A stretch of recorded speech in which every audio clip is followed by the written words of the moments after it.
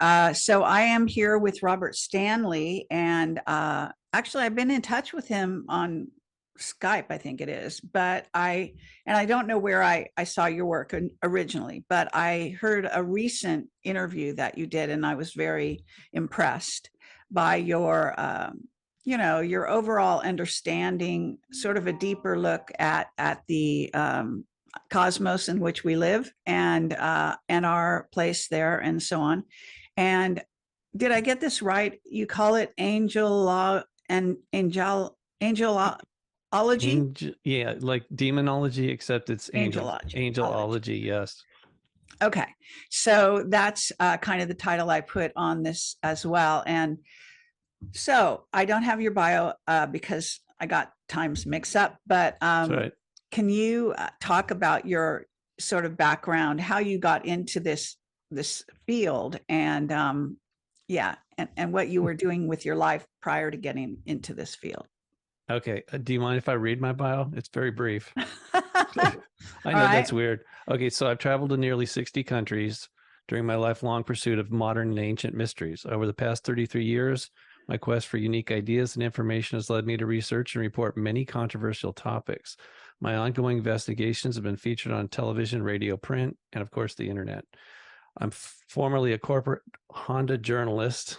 My God, just as I said that, my former manager from Honda text me, formerly a corporate journalist for Honda Research and Development, Torrance, California. I'm currently employed as a corporate editor for an international company based in Hong Kong. I'm the author of Close Encounters on Capitol Hill and Covert Encounters in Washington, D.C. I'm also the host of the Unicus Report, and I've served as a correspondent for America's Morning News and America's Radio News Network.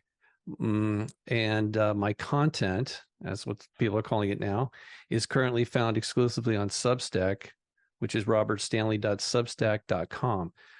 Okay, now to answer your question, how in the heck did I get started doing this? I was living in Malibu at the time and having many close encounters back in the 80s. Yeah, it was in the mid to late 80s, up in the mountains there. Santa Monica Mountains near Point Magoo. As I sent you that one link, it's not just ancient ruins up there. There's something to do with UFOs. So that's where I became interested. Actually, they were interested in me, and I couldn't understand why. In fact, I didn't even know who they were. And that obviously,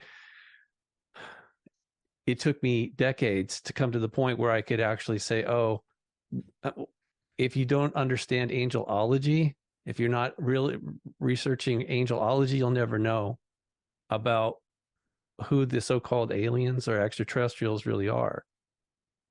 So it's something that I really didn't expect. No, actually, I didn't expect any of this stuff. It was all very surprising to me that I was being followed around by these craft, not knowing who's in them or why they're doing here, what, covertly. That kind of creeped me out, to tell you the truth. I was very shocked more than once. But I realized eventually that I wasn't alone. Obviously, I actually never really felt that way. But in 1990, I met my wife. She had just come back from Peru. She wasn't my wife at the time, but she was working in advertising. She just started Unicus magazine in print because of her contact with extraterrestrials. Started in Venice Beach, and then she went down to Peru and actually had physical contact with them there. And so when she came back, she started the magazine, Unicus, the magazine for Earthbound Extraterrestrials. And when I met her, it was love at first sight. It's not just because she's beautiful. It's because we have this soul connection. And what happened was I took her up to the mountains there in Point Magoo, and we started talking about everything. And I just said, hey, I'd really like to help you with Unicus magazine, because I'm sure that there's something that I can provide it. I have some experience in this, and I'm willing to help you. You don't have to even pay me. I'll just do it. And I'd be more than happy to. And we ended up falling in love. We've been together now over 30 something years. But this is what brought us to, not only us together, and it gave me a path forward professionally as a journalist, I guess, as the editor in this regard. I wasn't expecting this, but it's something that I guess they say this, it's a calling when the universe, life, whatever shows you a path forward. I could have said no, but in the process, I met a lot of people just like you did doing Project Camelot. You meet a lot of people, not just whistleblowers, but people that say things that are pretty unusual, to say the least. And some of it is real. Some of it obviously isn't. Even though the people believe it, it doesn't mean it's true. So I kind of had to sift through all that stuff as editor of Unicus magazine. Eventually it became, we stopped printing it because everybody was going digital. So I learned how to become a webmaster, and that's when I created unicusmagazine.com, and I was putting out a lot of information that way. But as far as the investigation of Washington, D.C., the UFO activity that goes on there covertly, I wasn't expecting that either. That was completely not on my radar, but I got sucked into it. I wrote 2 books about it. That's how I initially became semi-regular on Coast to Coast AM with George Norrie. Was my first book, and it seemed to go okay, except after the show, I was getting email from people saying, we can't access the photographs on your website. They're gone, of the UFOs over, right there in Washington, D.C.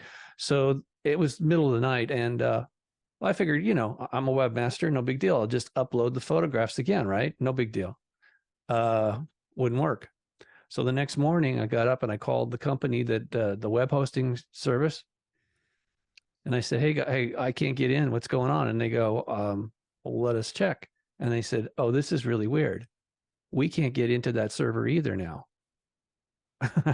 So I ended up having to move my website to a different server. And that was actually, okay, I should back up. When I first published an article with photographs of the UFOs over the Capitol, one of them had even landed on the Capitol roof in July of 2002.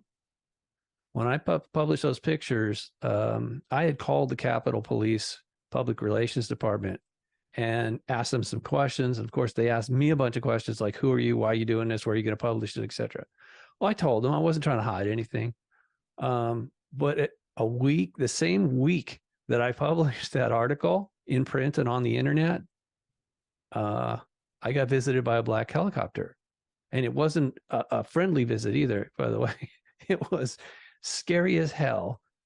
I was sitting there in my office like I am now, and suddenly I hear a helicopter, but then it came to the house and was literally flying low circles over the house. And it was so damn loud, it was shaking the entire house. So naturally I go outside to see what's going on. And at that point, it was literally hovering over my driveway. Oh, thank you. Yeah, that's my current version. It's a work in progress. Okay. Well, I don't want to interrupt you there. I just want to ahead. bring people's attention to, they can Sure. come over here. And are the photographs on here anymore or not? No, it's right now. Look, I was planning to get off the internet entirely because I know how controlled it is and how they're censoring people, and especially the Restrict Act. They're talking about not just censoring people, but punishing us for just having opinions and putting information out that right, I mean, it's stupid, but that's the game that they want to play. So anyway, I had deleted Unicus magazine off completely, and I wasn't going to do anything until I got a call from Coast to Coast last year, and the producer, I mean, you must know some of the people there. Yeah, you said you've been on them. So Lisa calls me and she's frantic. She says, yeah, I was hung up on. yeah. See, that doesn't happen very often. But anyway, Lisa is the producer that books people. She's a nice lady. She called me up and she's frantic. She says, Robert, the guest canceled last minute. We've only got a couple hours, to put this thing together. Could you please come on tonight? And I said, I have zero social media. I don't have any articles. I got nothing. She, we got links to your books on Amazon. I'm like, so well, what are we going to talk about? She goes, you name it. I don't care. She goes, I don't care. You just, whatever you want, we're going to talk about it. And that was with Ian Punnett before he died. Oh, And I didn't know he died. Okay. yeah, he did. He was actually a nice guy. Well, he was pretty okay with me. I don't think he believed half of what I was saying, but that's all right. The bottom line is that I quickly put up a Substack. I'd never used it before, but I thought, you know what?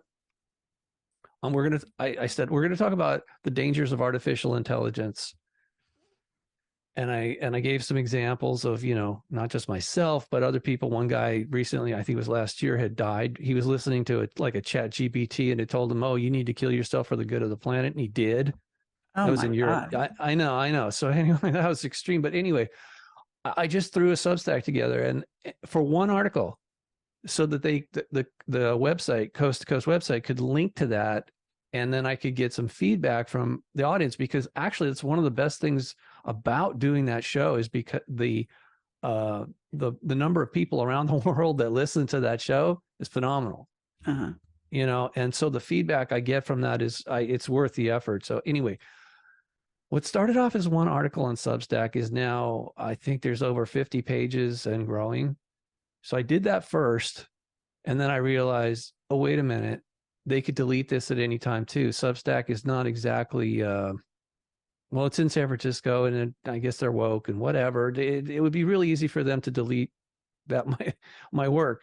So, and this wasn't easy, but I reestablished Unicus Magazine, which you just showed, unicusmagazine.com, and it's like a backup.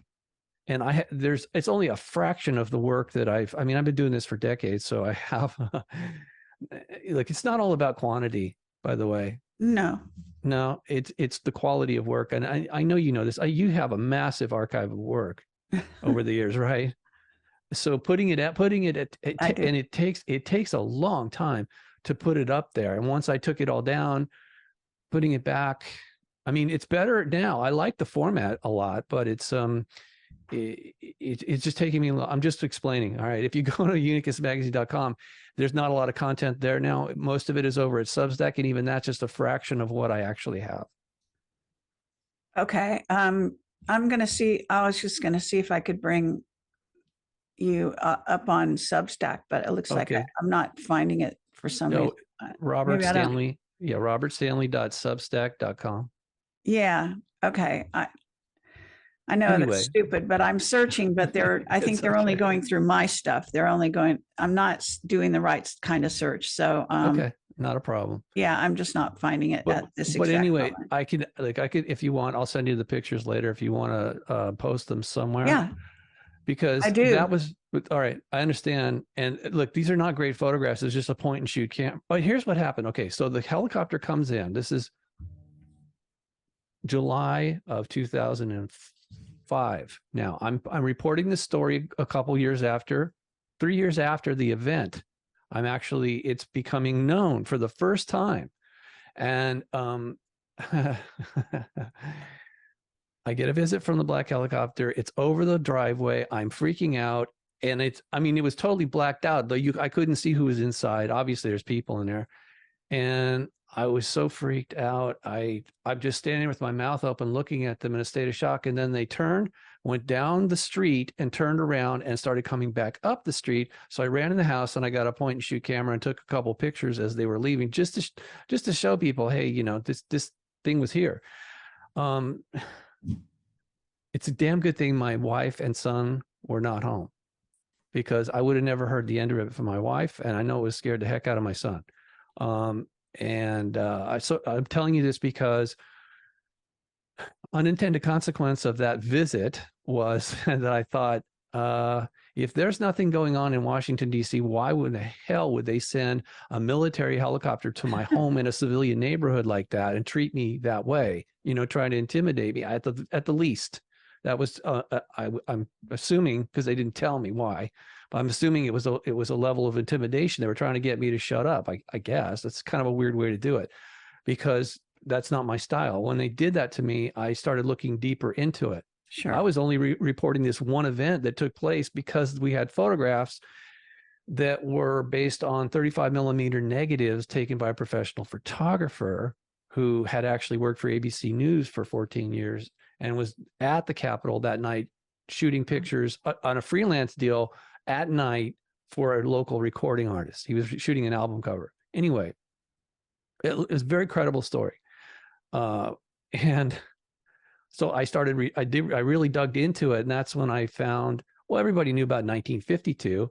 Here I am reporting 2002. And I'm thinking, oh, gee, I wonder what happened in between those 50 years or whatever. So I started looking, and I mean, I was blown away, because soon I had 20, 30, 40, 60, 80, over 100 reports of UFOs in Washington, D.C. that were scattered all over the internet, you know, newspaper articles and books and stuff. So I started putting them together. That's one of the things I did at Honda Research and Development, was timelines. You can analyze, you know, the trends by doing timelines and looking at the data statistically. So I did that. I started doing that, and I thought, whoa, there's no way I can do an article about this. So I started writing my first book, which, again, I didn't intend to do that. I did not intend to do that. So the reason I'm telling you this is because if people want to read that book for free, you just go to my Substack, robertstanley.substack.com, and click on, I put it at the top there. It's called You Can Handle the Truth. And if you click on that, it'll give you, you know what? I'm going to also send you the link to download this stuff in Skype, just to make it easier for you. Yeah, no, I appreciate it, but I'm going to type your thing here and see if I can get there. Okay. Okay, go ahead. So the bottom line is, I clearly got somebody's attention in Washington, D.C. They motivated me to look even deeper. And the next thing I know, I've written a book about the hidden history of UFOs in Washington, D.C. that nobody seems to want to talk about. And I actually, I interviewed a lot of military guys. You obviously knew Bob Dean really well, but I also talked to Colonel Stevens before he passed, and others, Daryl Sims, and people, not just people in the military, but, you know, guys that know, like you interviewed all these people, Daniel Sheehan and stuff. We talked a lot about the politics of the cover-up, because obviously we're talking about Washington, D.C., and that's the center of the cover-up regarding extraterrestrials visiting Earth. But I was only focused on Washington, D.C. proper, which seemed really weird. You know, I was really surprised that nobody was talking about it. Like, everybody knew about 1952, but they didn't actually know all the details, because the newspapers around the world and here in the U.S., they reported that it happened like 2 or 3 times that summer. It actually happened over 80 times that year, 1952, that they came to Washington, D.C., is what I found out. All right. It took me years to figure this out, but the bottom line is, as I was putting together the first book, I was shocked. I was really, really shocked. And I thought, you know what? We've got the pictures. I've got this whole timeline. It's going to be, I stupidly thought this was going to be easy, because, you know, a lot of people in the UFO community have said, oh, if they just land on the White House lawn, that would solve the problem. I mean, it's undeniable, right? Well, they didn't. They landed on the U.S. Capitol just down the street on the mall from the White House. Anyway, but they didn't step out and have a press conference. That would have changed things entirely. Oh, thank you. Okay. So it took me a while to find it. Yeah, I'm sorry about that. I'm surprised that it wrong or something. But anyway, yeah, so you have a free book on here, and where is it? You got to keep going down. Oh, man. All right. Don't worry. And we can put this on under, you know, I give you a page on my website. So okay. Yeah. You can have all your links and everything. All right. So we won't worry about finding it right this second, but you do have a book, and it is You Can Handle the Truth, right? Yeah. And that's a great title. So, thanks. Okay. Well, I approve. All right. Thanks. Well, apparently here's the thing. I did, and it's in the article, I did a survey on the internet at one point, and I asked some very pointed questions to the public globally. You know, how would you feel about having, you know, a relationship with benevolent extraterrestrials? And the bottom line is this: the public seems to be that act like they can handle it, not just the truth, but establishing a relationship with benevolent extraterrestrials. The government, our government, whatever, whoever's running it, apparently does not want that to happen. Right. That's a whole nother subject, but Well, that's it's what I found actually an out. important subject. I mean, Yeah. primarily because they lose control of the population. Yes. Because these extraterrestrials, interterrestrials, all the different ones, even the ones from inner Earth, Yeah. if they have more highly developed technology, that's considered to have more power, especially by Right. our space program. So they're deathly afraid that they're not going to have, you know, any respect, which they probably lost a lot of respect anyway, but That's right. because they lie to us continuously, Right. you know, NASA never a straight answer. And so this is their primary reason, but there are other reasons as well. And one of them is because they're not all nice, you know. Well, yeah. Well, yeah. I mean, so Christians call it the war in heaven, but it's not in heaven. It's in the heavens here. There's some sort of conflict that's been raging for a very long time. And obviously Earth is caught up in, not just Earth, but our solar system is part of this greater conflict. And, you know, the first casualty of war is always truth. And so, but that doesn't excuse this behavior of treating us like mushrooms all the time. It's really got to stop. It's a point. But however, I will also put blame on the extraterrestrials. I know there's many different groups, but still, you think that, I mean, I know for a fact if they would have a public dialogue or hold a press conference, even if it was just one group, that would break the truth embargo. And I kind of fault them. For some reason, they're just standing off and saying, no, we don't want to talk to you guys openly in public. Well, actually, it has to do with war because they're at war with each other. Yeah. And so the minute one side discloses, it's actually not so different than the war between the Illuminati and, you might say, the good guys or the white hats or whatever you want to call them here on Earth. In other words, the minute one side comes forward, the other side feels it has to come forward, but it is going to be upset about it. So because it's like taking control. They're all about influence. They're actually more about influence than killing. Okay. Right. So this is, you know, there are sort of sides to the story, but I don't want you to lose the track because you were talking about the helicopters, and, you know, those of us who have been involved in this world have had this as well. It's nothing that unusual, but it was unusual for you. And I do want to bring the sort of a highlight back in those days. So you were, correct me if I'm wrong, a top executive at Honda at some point. Is that correct? No. I was an assistant researcher in the futurist department. Yeah. And I was, I know, I would, but I was writing top level reports. I was helping them summarize top level trend reports for upper management, so that when it was translated from English to Japanese, things weren't lost in translation. If you can summarize it well, make it simplified so that when it translates, they get it and just look at it and go, oh, I understand. You know, it was it was very challenging, but it was also very rewarding too. Do you speak Japanese? No, I don't need to. I'm saying the reports that we were working on were in English, right? But I would summarize it down in the English part, then it would go to the translator, and then it would go to the upper management executive level. Well, it's interesting. No, I mean, I like to delve into these things, but because there's got to be more to it than that. So what is it about, like, maybe your family line, you know, your bloodline, your, you know, were they in the military? Do you have that kind of background, or intelligence, any of them in intelligence fields, or? Yeah, my dad's brother. The answer is yes. Well, my dad's brother was a military intelligence officer in the Air Force. Yeah. And so that puts you on the radar right away. I suppose so. But, you know, it was, oh man, when we first started, when I met my wife and I was helping her with Unicus, and she was introducing me to all these people. One of the guys who claimed he was a walk-in, I didn't even know what that was at the time, but he clearly had contact with people off world. And this isn't going to sound normal at all. How do I say this? That's okay.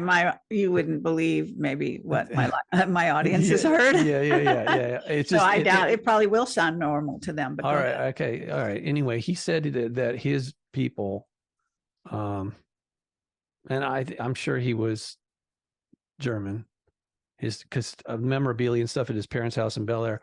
Anyway, he claimed not only could they time travel, which relates to the Nazi bell, he said that they had devices that would actually read people's thoughts from a distance. They could be up, over a city and scanning everybody.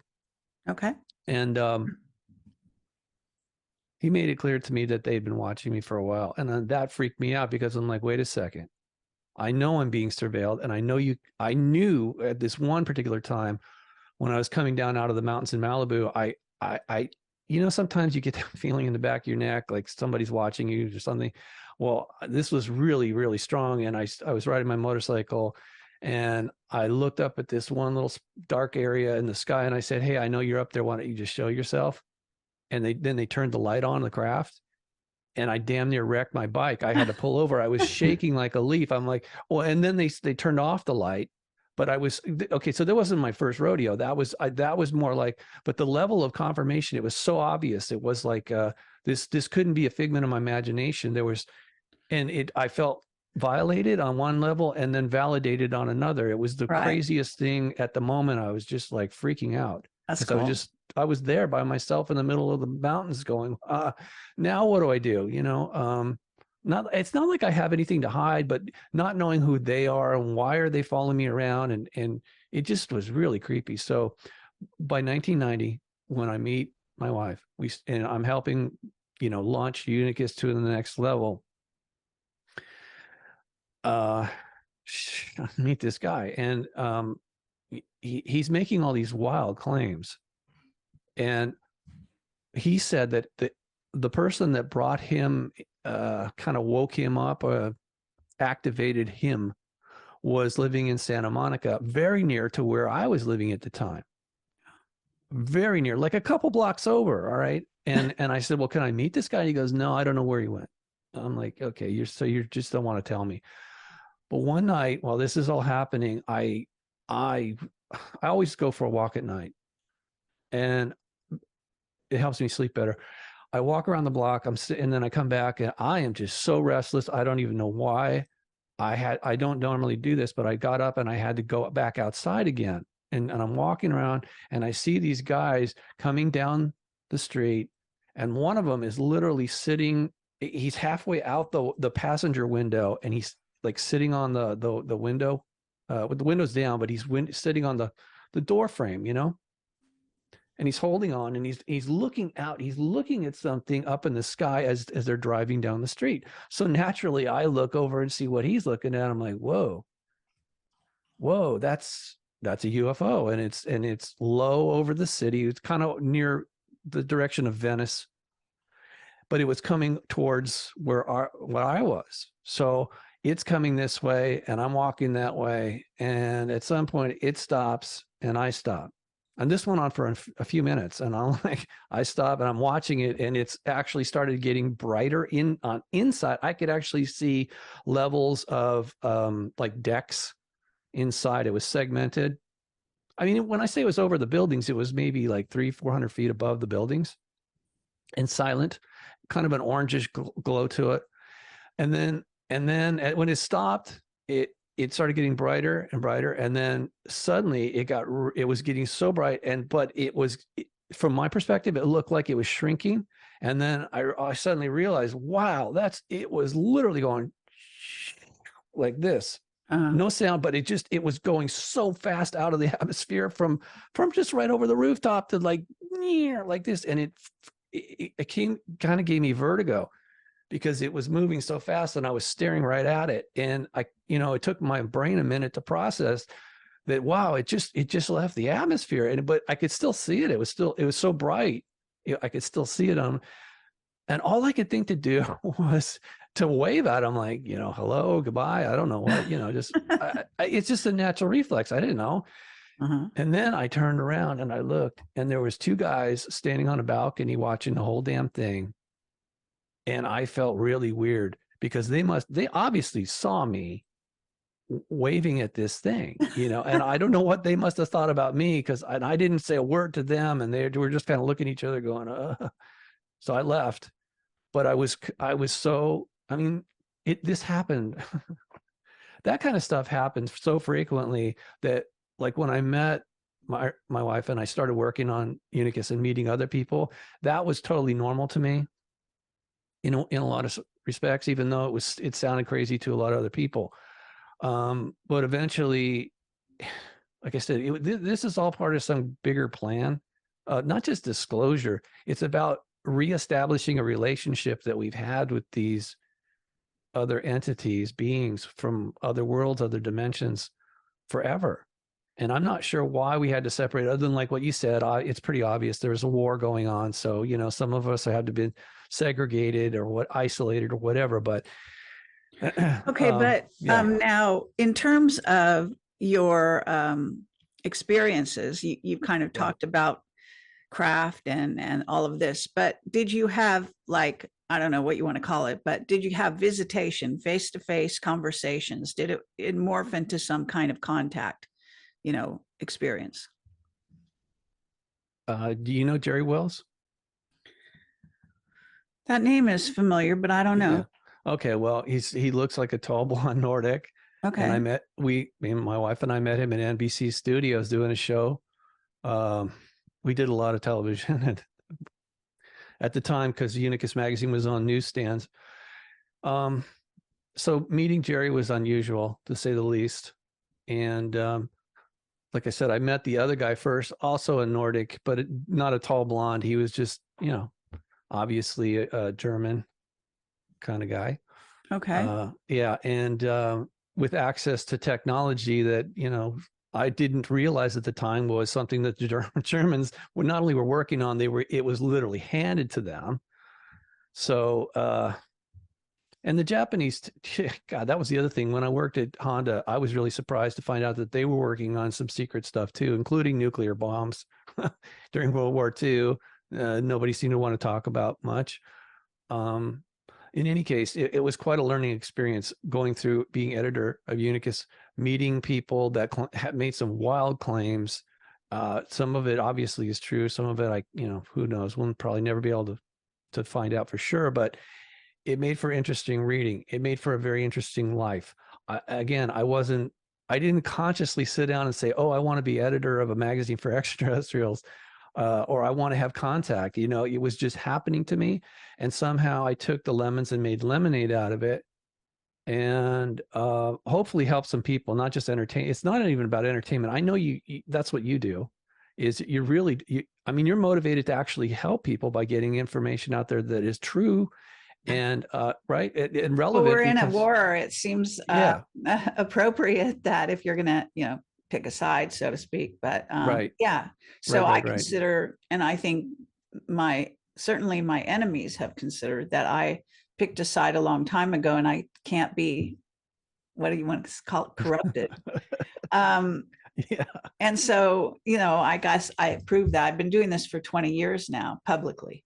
Right. But before that, I had my own experiences personally. So that makes sense. yeah. So in your case, though, you bring up this guy, Jeffrey Wells. You say he's a Nordic. Jerry. Yeah. Okay. Jerry Wells. And you say he's Yeah. a Nordic. Is he like famous or something? Yeah. Well, I mean, he's somewhat, yes. He's been around. He's been very public. He was one of the guys, like I said, after the show at NBC, we got his number. We started talking. We read, and we published an article about him. And his story is fascinating. Supposedly he was brought here as a child, as an infant, and handed over at, I think he said he was near Fort Knox when he was adopted or given over to a military family, and that his father was a high-level Mason. And it's just like all this stuff. I mean, it's really intriguing. It's in my first book. Okay. Are you still in touch with him? No, unfortunately. I must have said something to offend him. I'm not sure. I didn't do it intentional. If I did, you know, sorry, Jerry, if you're watching this.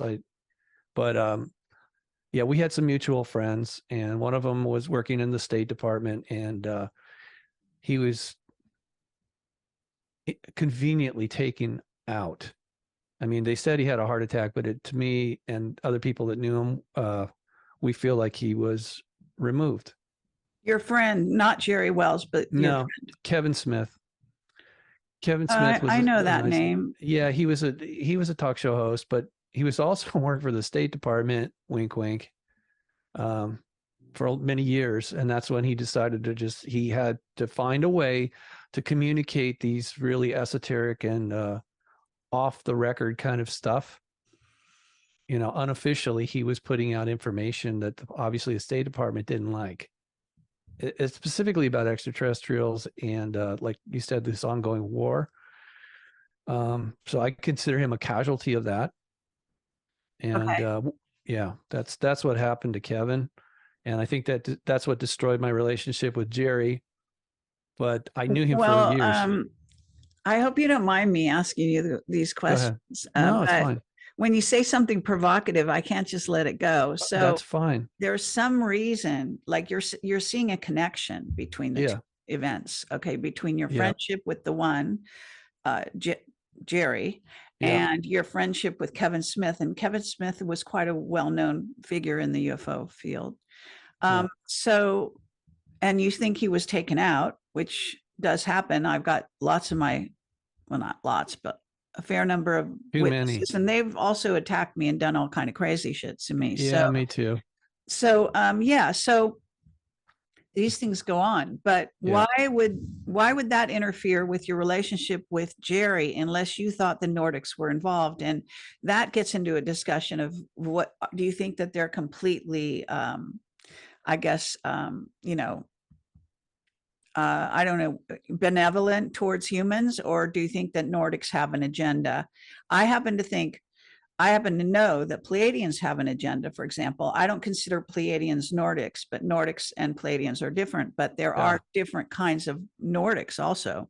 Yeah. The beings from Aldebaran could be classified as Nordics, but they're actually a mixture of what appear to be humanoid and reptilian. Wow. And I've sort of discovered that over time because there was no other explanation for the things they did with Nazi Germany and so on and so forth. So they have an agenda, but I'm wondering so was there a feeling, like a subliminal feeling, or was it conscious in which you felt that Jerry or the Nordics might have been involved somehow or some way?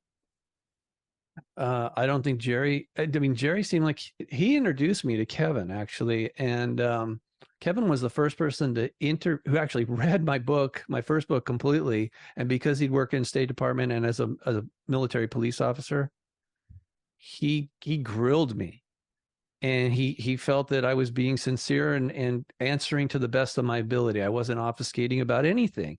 And so then he took it really seriously and got really he got so pissed off that this was going on, and it somehow they were managing to keep a lid on it, but okay, so if you remember what Bob Dean said, because he and I talked a lot before he passed, unfortunately, and he talked about this briefing, the threat assessment that he saw when he was in Belgium he said that there was a group that looked almost identical to humans, and that's the group that they were most concerned about, because obviously they could be walking among us or even working at the Pentagon or NATO or whatever. And I'm pretty sure that's the case. So it's what I said before. Why aren't they? There's got to be a reason why they're not talking to the public about the fact that they're here, and that just makes me very uncomfortable. Specifically because the way that the things ended with the first guy, the German, let's just call him the German guy. He said his people were here, everywhere here, and that they were only about 100 years ahead of us technologically. And I never asked him, why the hell are you guys here then? What are you doing here? But like I said, he made it really clear that they had been following me around, but I never asked him why, other than, I guess he did kind of say, well, you're part of our race. And I assumed that he meant German. Oh, that's funny. But he sounds like he's from Aldebaran. Most likely. Okay. So Yeah, you know about that whole thing. So yeah. are you German? No. Okay. Your last name's Stanley. That's No, okay. On my mom's side, it would be Shanks. okay. Sorry. Mertz. Shanks. No, forget that. That's my grandfather. My grandmother's side on for my mom is Mertz. Is that My great grandfather actually was named Fred Mertz. It's a German. Oh yeah, Mertz is very okay? German. So Okay. yeah. So okay, when they identify you that way, of course they're going to follow you around. Now, just curious in terms of timelines. Was this before or after you met your wife? That was shortly after I met her. We didn't get married right away, but we were deeply in love, working on this passion. It's not a hobby. It's more like you know the feeling. Well, I don't it's know like a how would you calling. just No, yeah, it is. It's a calling. it's obviously your mission. I call Yeah, it mission exactly. more than anything. Okay. But okay, so you met both these guys after you connected with your wife, and is she would you say you know, German, Nordic, or like that? No, Or is she's she Chinese. oh She's okay. Chinese. So All right. So but all of this happened after that, not before. right. Okay. But you'd Yeah. already been into UFOs and you No, had no, to no. have, I wasn't. Look, let me just be clear. They were following me and I yeah, got really curious. I mean, look, I'm not stupid. I read about UFOs growing up. Everybody did that, but right. I wasn't interested in it. I wasn't researching it full time But the until they black started. helicopter, when is that in this timeline? That was 2005. But It, my first close encounters started in the 80s in Malibu oh, above Point Magoo, which is a naval base. And you know who actually documented that they were getting buzzed at the base? The radar installations were actually getting burned out. The circuits were getting burned out as the UFOs were coming through. There was a Major Donald Kehoe. He yeah. wrote about that. He said, yeah, he went there to Point Magoo Naval Base, and they need they have, because they track missiles that are launched there onto the Pacific, so they have to have some very powerful radars. But the UFOs that were coming down there were absolutely screwing up the radar systems for them. So I could trace it back to at least the 40s, and Sure. obviously to the battle for Los Angeles was that 42. The the UFOs that came over Los Angeles area, San Pedro, and all that, they were seen coming out of the mountains over Malibu towards Los Angeles that year, at that event. Some of them Right. obviously came from that direction. So God only knows how long they've been coming there, or for, like, again, I can only guess why, because once again, they're not telling me much of anything. That's why I was so consumed with trying to find out more about them, whoever they are, and what they're doing here covertly. Okay. But, you know, I actually have a photograph. I'm going to see if it'll show up. So I'm going to share this. Before Camelot, I think I made this documentary. That's what I was doing, making a UFO documentary. And you see this picture? Yes. Well, this is shot out over the beach in Malibu. Yeah. And what happened was there was actually, I have other pictures of this missile or something being launched. And then Right. I was looking at one side of the sky, and then I, for some reason, felt moved to turn and look at the opposite side of the sky. And this was being formed for me, Wow. which looks like a seahorse or something. And it's constructed out of what it appears to be UFOs. Jeez. And they made that in the sky for me. And I was like, what the hell? And I took a picture. And back in those days, I had one of those kind of cameras that took good pictures like that, of those kind of things. And stuff like that. So I want to say that, yeah, this kind of thing definitely goes on. And that's a hot spot. It's considered to be a hot spot. There's a guy who wrote a book about Los Angeles UFOs or something like that. I forget the title. Preston Dennett. Yeah, maybe. Yeah. Maybe. Yeah. There's not many of us doing this, Kerry. It's a small community of people that actually are dedicating themselves to getting this information out there. But you got to understand that photograph is probably at least 20 years old and maybe older. Oh yeah. So, no, I do get it. So, but you're kind of not answering the question too specifically. Go ahead. Ask it so again. you met a person who was like in regular society who could pass and convinced you they were Nordic, and then they connected you with another person, and so on and so forth.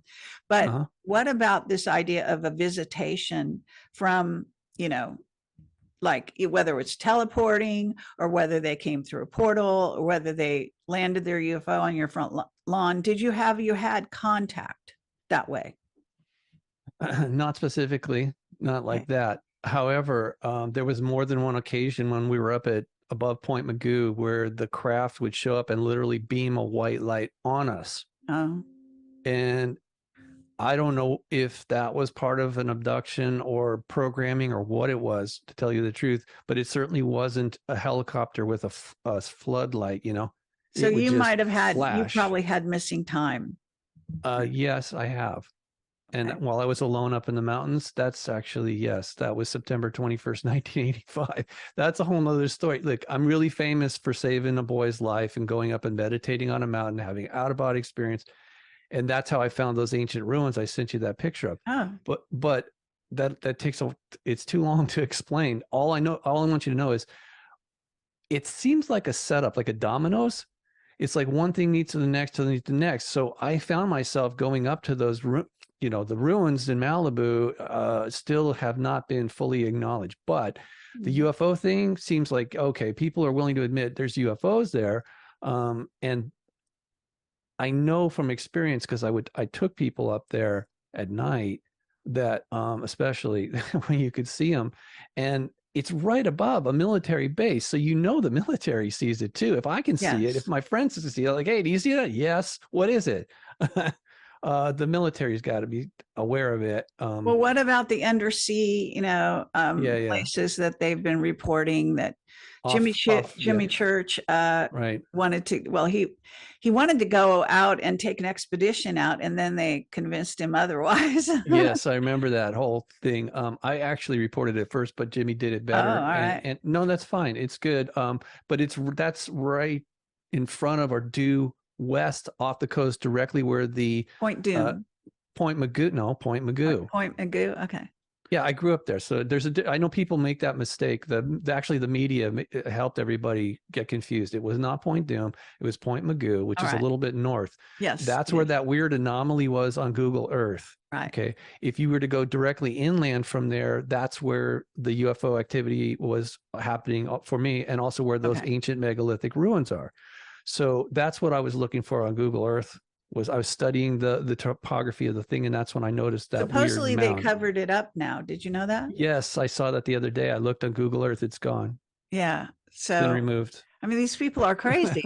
They are just crazy. I have copious files. Good. Because they want to turn back the clock. It just drives me crazy. Right now, they're actually trying. They think we are stupid, and they can just cover over the past, pretend like they've just started looking into UFOs, renamed it as UAPs, Yeah, right. I mean, this game they're playing, but we're not going away. And no. People like that I know that are involved in this field are just as adamant about it as I am. I mean, maybe nobody's quite as adamant as me, but I don't know. But no, really, because they are trying to change history, to pretend that this just started when, they just started looking into it, because they've got a history of secrecy. And this goes back, as you know, to the 1930s, certainly to the 1940s, but probably to the 1930s, and maybe even before, because I know there's stuff in the 1800s that was reported back then. Oh yeah, no, even before that. When General Samford at the Pentagon had to hold a press conference in 1952 because everybody was freaking out about the UFOs coming over Washington, D.C., he said, this has been going on since biblical times. Well, sure. And it's in the paintings, Yes, I know. But for him to admit that, I mean, he just said it really, he was really deadpan monotone. Yeah, they've been coming here since the biblical. But what what does that mean? Well, that goes back to what I said before about angelology. And I didn't really start looking into that until 2000. Yeah. No, excuse me, not 2000, 2020. Sorry. Wow. 2020 is when I came back from Hong Kong in 2019.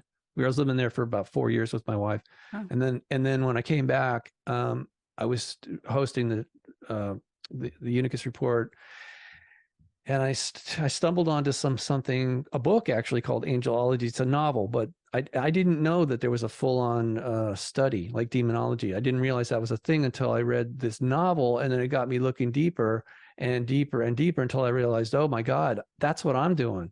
Those are the beings that I've been trying to understand and get a grip on this weird relationship we have with them and the way that they manipulate us. And obviously they're benevolent on it, there's malevolent ones, and they seem to be at odds with each other, and we're sort of caught in the middle of it all. It doesn't mean that's not an excuse, but I'm just saying it's a very weird dynamic, to say the least. Right. But well, you do seem to have gotten something of a handle on it. And Yeah. a lot of conclusions that you've come across, or whatever you want to call them, are things that I have, come to as well. So that's why I wanted to bring you on my show. Okay. To compare notes in a way. But yeah, so I mean, I think my audience is going to be fascinated by your early history, though, because the show I listened to, you didn't talk about this. No, or if no, you did, I missed it. No, I didn't. I was kind of looking forward, projecting forward as to what I saw when I came to Florida in 2022, because that's where I'm at now. Even though I'm from Southern California, I've been to 59 countries and lived in Hong Kong and New England, and now I'm in Florida. And yeah, I've been around. The bottom line is, when I was here, I got a flash of what was coming, and this so-called Third World War it's very misleading the way they segment everything. They kind of want to put up these firewalls and are a maze. They build a maze of our minds, and it's very hard to connect things, get a holistic view, put it into the proper context. So the bottom line is this so-called World War III is a continuation of World War II and World War I, but it all started in the Middle East, in the Levant, between these factions of so-called angels or extraterrestrials here. And they're fighting over control of this, not only this planet, but us. And so it began there, it will end there.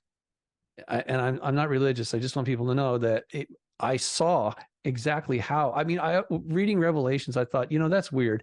Why would all the armies of the world end up there, of all places? There's nothing there really to fight about. Well, I can tell you one thing. There is a it's actually said to have the most powerful portal system on the planet. Oh, okay. That actually makes sense. And, I didn't know that until, maybe this year or something like that. I heard someone talk about it because, there are so many things that go on in the Gulf of Aden, and there's like a pocket. So that's the why we're so, and interestingly, of course, the pyramids are there, and so on. So it's a small little area of the earth, but it is like a fulcrum area. And then there's even tangential areas like Malta, for example, undersea and near Malta, and which I've traveled the world as well, and I've been all these places, a lot of them in person. And, Atlantis, Atlantis was a worldwide civilization, but it was concentrated in certain areas in the colonies, Ocean and all of that. But Malta was a repository for secret scrolls and things, and still has them. And which is why the Knights of Malta are guarding that place, with their lives, basically. And for some reason, I had easy fluidity. I went numerous times to Malta. I was on Maltese TV, which I've never been on American TV, but I was on Maltese TV, right? Wow. So it's, we did a TV show, but I wasn't like live TV where you have a conversation with me, that kind of thing. Yeah. So it's a very, very focused, as I say, portal system. And that means it's a place where things come in and go out, right? Right. And so that's very fascinating. But in terms of Armageddon and what may be the final battles and things like that, it's very okay. I don't know. Do you know about Akhenaten and Nefertiti and the effort to create a different, a one God religion, and that they went up against the priesthood? Do you know that history? Yeah, I've heard about it. Okay, well, because I had past life, I was there, I meditated, and I went to what's called Amarna, and I Hmm. saw, actually time traveled while I Whoa. was there and saw it as the jungle it was and the palace. And then I went into a deep meditation, having no idea what was going to happen with, Uh-huh. I think I had two other guys. We were doing like a three-way meditation, which might have jumped jumped me into the timeline, but I was there literally. And when I came to, I thought I was in the wrong universe. Literally, I thought I was supposed to be, that was my life. Okay. Oh my So it was one God. of those kind of things. It was very jarring and very bizarre, but it happened in Amarna. Uh-huh. And right now, Amarna looks like a nuclear bomb hit it, in case you've never been there.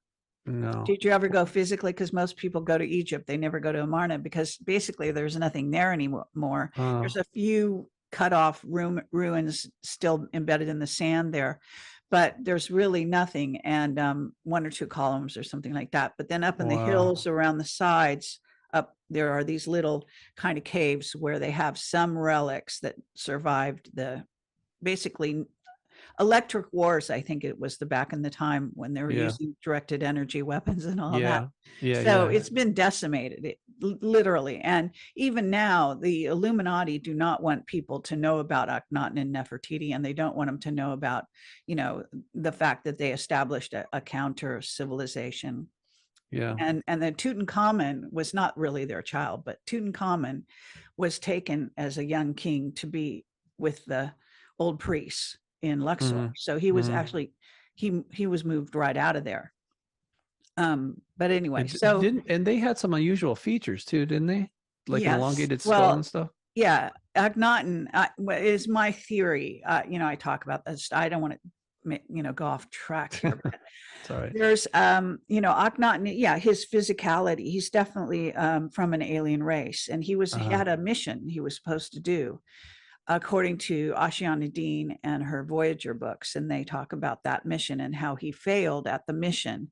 But it Uh, was to go down into, the temple halls, basically, oh, underground, and deliver these. I think, I don't know, was to take the scrolls or what it was to do, but anyway, he didn't succeed. But Nefertiti, I believe, was another race, so they were not the same race, but they, you know, met and all of that. So wow. they had a family together, and but as I say, Tutankhamun, I guess, was adopted, so he was not bloodline, if you want to Hmm. call that.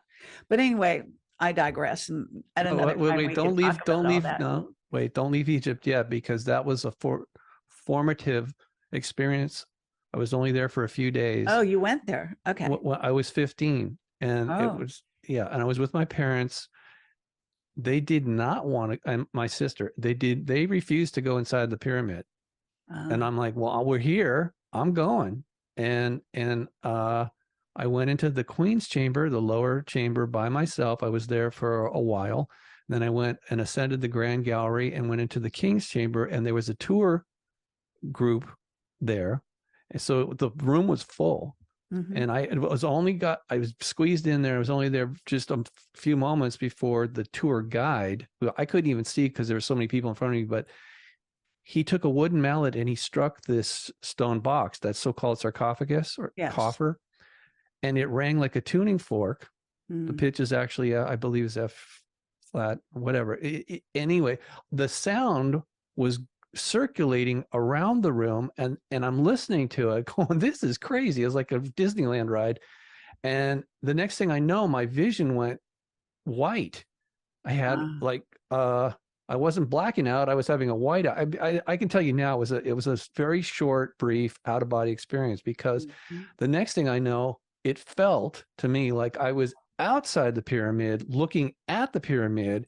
And what was really even weirder was there. I glanced over and saw that there were Egyptian gods looking at me, All right. and they were men, but wearing those, whatever, those weird head. Yeah. Really absolutely freaked me out, and I didn't know what to do other than the next thing I know, I'm back in the pyramid. My vision is returning to normal, but my hearing was like super sensitive. Like there was a hissing sound left in the air. Mm. like the loudest snake you can imagine, just and I'm looking around at everybody and I'm thinking, I thought this was part of the, I don't know, I thought it was like part of the tour, and I thought everybody experienced it, but they were acting like nothing was going on, which I couldn't understand. So as they all filtered out, the tour guide was the last one to leave, and he was a native guy. He obviously didn't speak much English, and I'm trying to explain I'm asking him questions, and he's looking at me like, yeah, you crazy American kid, just, he didn't really want to talk to me, or he couldn't. Look, that's just his job. Boom, you just hit the thing, right? And so just saying, I'm not surprised by what you told me. I do need to send you a conversation I had with James Horrick about what they did to Napoleon when he was in the. Yeah. Okay. You remember that with the chip in his head? Do you remember that story? No. Oh my God. But Yes. I know about Napoleon and the curse and things like that. But... Oh, no. The RFID chip that was planted in his head when he was in Egypt. Oh, really? Oh my, well, allegedly. Okay. Look, I'm just saying, since we're having this conversation, you should hear what James Horrick had to say. He was a very good friend of Kevin Smith. And I actually think, that's probably where things went off the rails for me, because James, I don't know who he worked for or with. He was a very well-informed guy. And he acted as though he was a time traveler. Uh-huh. Okay. And which obviously there's no way to validate that, but he seemed, he seemed adamant, he didn't break from the character at all. And the way he just, anyway, we became friends, and he told me some crazy stuff. I mean, really, really wild. Yeah. Well, before we go there, I just want to tell you that I was there. I brought a group, I lead tours of Egypt. Yeah. And I brought a group in 2012, and everyone, including Sean David Morton, who's a good friend of mine. I don't know if you know who he is. Oh, sure.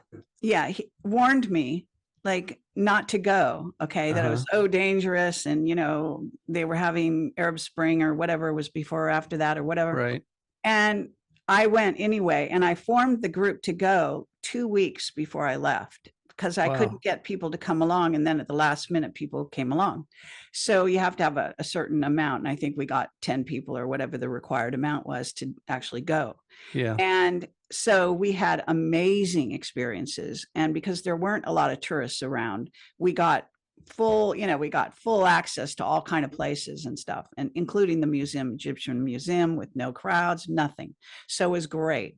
But and we were not in danger or anything, and it was fabulous. But the thing is that we were there for the 2012, that 2012 big thing that they made about, and it was supposed to be December. So we went in December of 2012 to be there during those days. Yeah. And so on the day, we had a number of amazing things go on, and we were actually staying at the Mina House right next to the pier, on the pyramid, place. Wow. And so I had this vision that night or whatever, and it was that so I saw all these beings were going around the Great Pyramid, and they were all different ET races. I don't know why they were going around, but they were. And then there was for some reason, I guess I teleported or whatever I did into what would be the capstone, but it was the very top of the pyramid, the Great Pyramid. Yeah. And I saw Thoth there, and Thoth was wearing the headdress thing. And for some reason, talking to me, I'm not, I know it sounds crazy, but he was one of the guys there for sure. Yeah. So that bird head. Yeah. Yeah. It doesn't surprise me. Like your experience doesn't surprise me, because that is one of my experiences. I've had in my life, a very amazing, wonderful experiences, not just there, but in other, our hot spots and places where what we call ancient sites and ancient stones and stone circles and all of right. This. So. Yep. That's what my wife said when I took her up to the mountains and the megaliths out there in Malibu. She said, my God, this place feels like Peru, cool. But that's thousands of miles away. I don't think I've ever gone up there. I've seen it, but I don't, you sent me a picture, so I'd like to hike up there. Yeah. Okay. Well, it's a very popular place now, not because of the monuments, but just because Malibu and that whole area has become so populated. it's sometimes, especially on weekends, it's hard to find parking but I'm just saying it's changed a lot since I was Okay. growing up there. Yeah. Yeah. But I hope you do go, just be careful, especially in the summertime. It gets really hot. Oh, right. No, I'll try And to go before the summer. Actually, it gets too okay. hot. Yep. So, okay. So you're saying that, I'm kind of like losing the thread here, but the Yeah. bottom line is that you've had some contact. You have this link up with the race from Aldebaran. Yep. Did you ever have past life regressions or any past life recall that you know of? Okay. Since you brought it up, the thing that floored me the most when I went up to the mountains, I think very near you, in Santa Monica, what they call Boney Ridge, above Mm. Point Magoo. I was having such a strong, not just deja vu, I was literally flashing back on lucid dreams that I had repeatedly as a kid growing up in Malibu there at Zuma Beach. I'd be out of my body, but I was in my neighborhood, but then things would shift and I'd be with the Native Americans, the Chumash Indians. Oh And no, then, I have and, that. but then sometimes it would shift and it would be with these other people that, well, the Chumash called them the first people, Hmm. and they were wearing white sort of like Greeks. I don't know. I just didn't know what to think when I was growing up as a kid. I thought it was my imagination, but they were wearing like robes and wearing sandals, and they made stone cities and had boats and stuff. And anyway, I really thought that was my imagination until 1985 when I walked up there and saw the monuments, because part of the thing was when I was in their realm with the first people, I was taken more than once to the, like, a temple, a school, they would teach you about the universe. We call them universities now. Back then they call them temples. And they give you the secrets of the universe. Anyway, I was taken there, and I used to call that, when growing up, I called it my night school, Oh, lovely. Yeah. because I would go there out of body, lucid dreaming. I knew exactly where it was. I knew where Point Magoo was because I'd see the soldiers down there going through their maneuvers. And it was just, I have pretty good orientation skills as Mhm. far as landmarks. So I knew exactly where I was. I just didn't know why I ended up at this temple with these people and the stuff they were telling me. So to answer your question, yeah. But it's still curious to me why we have to play these kind of games instead of it just all be out right out in the open. Why do we have to dig so hard to other than the fact that like it has to be the war thing that here's the analogy. This is a terrible analogy, but I'll tell you it this way. I've come to this conclusion. Just like the Africans that were brought over here against their will on ships, when they were here, especially in the South, it was illegal to teach them to read and write, Mm. because the slave owners did not want educated slaves, because then they would be more difficult to control. And I really kind of think that's what's going on Yes. here, because most people on this planet are illiterate, Right. so In anyway. terms, especially in terms of that, you might call it angelology, Yeah, yeah, literal especially. in that regard. But some people are actually, they can't talk about it, but they would Yeah. understand if someone talked to them about it, and Oh then yeah, yeah, might yeah. have recall. The Right. thing is, though, that I have the same connection to the Shumash and Really? to an Indian tribe here. Yeah, I can't explain it, but when I'm walking around, like if I hike a lot with my dog and stuff in these Uh-huh. areas, and I have this connection to this piece of land, and I believe it's connected to Mu. And Right. so anyway, I have this thing where I can time travel, where I go, I guess you call it bilocate. Okay, so I Yeah. can bilocate. I bilocated to Egypt before I went there. Wow. And like I was on a street in Los Angeles, like Los Angeles kind of proper, Olympic Boulevard, in fact. Yeah. And it's a big, busy street. And I was just standing there. I was thinking about, eventually I'm going to Egypt and stuff. And all of a sudden I sort of, everything shifted, and I saw Egypt all around me. And I thought, Wow. and I almost, like I had to come back because I was going to step off the curb and go and cross the street kind of thing. Wow. And then I went to the Luxor Temple in Las Vegas around the Mm-hmm. same time for a conference or whatever it was. And I'd never Mm-hmm. been there before. And I was tripping my brains out looking at they have these carved statues and they have this pyramid kind of building and all this kind of stuff. Yeah. And this is in the earlier days. Now it's gotten quite souped up, if you want to call it that, Yeah. the Luxor pyramid. But I have to tell you that I really was bilocating a lot when I was in that building. And so, but to get back to the Shumash, yeah, I've always had this weird connection with the land and with going back and tripping back to the time. And I feel like this incredible connection, like I'm, part of that race or whatever it was back in the day. So, and I have I have lots of past life recall actually. Wow.